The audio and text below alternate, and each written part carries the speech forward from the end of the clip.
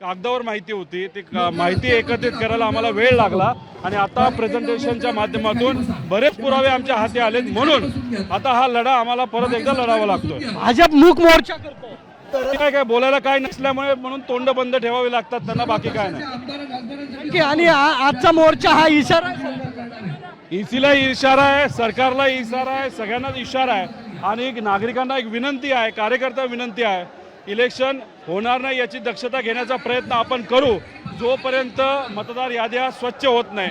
पण तसं नाही झालं, इलेक्शन जर झालं तर मग त्यांना विनंती आहे की लढाई लढत असताना डोळ्यात तेल घालून आपला लढाई लढावं लागेल. चोरी कशी झाली ह्या सगळ्या गोष्टी समजून घ्याव्या लागतात आणि मग त्या अनुषंगाने सगळ्या गोष्टीचा अभ्यास करून आपल्याला समोर जावं. कारण पुढे करून निवडणुका पुढे ढकलण्याचा प्रयत्न असं कोण म्हणतं? सर्वांनी बसून घ्या. आरोप मागे दिसणार तुमचे बघा, झेंड्यामुळे लोकसभेपर्यंत दर महिन्याला म्हणजे 2019 2024 लोकसभेपर्यंत दर महिन्याला मतदार नावं जी वाढत गेली त्याला एक फॉर्मॅट आहे, एका विशिष्ट लेवलनी ती वाढलेली आहे, त्यामुळे त्याच्यावर आमचा आक्षेप नव्हता.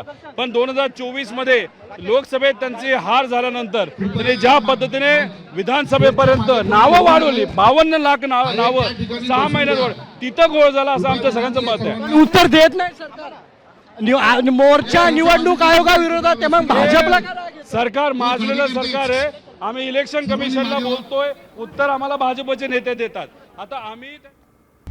आता isakal.com आहे देशातील नंबर 1 ची मराठी न्यूज वेबसाईट. प्रत्येक अपडेटसाठी isakal.com ला नक्की भेट द्या.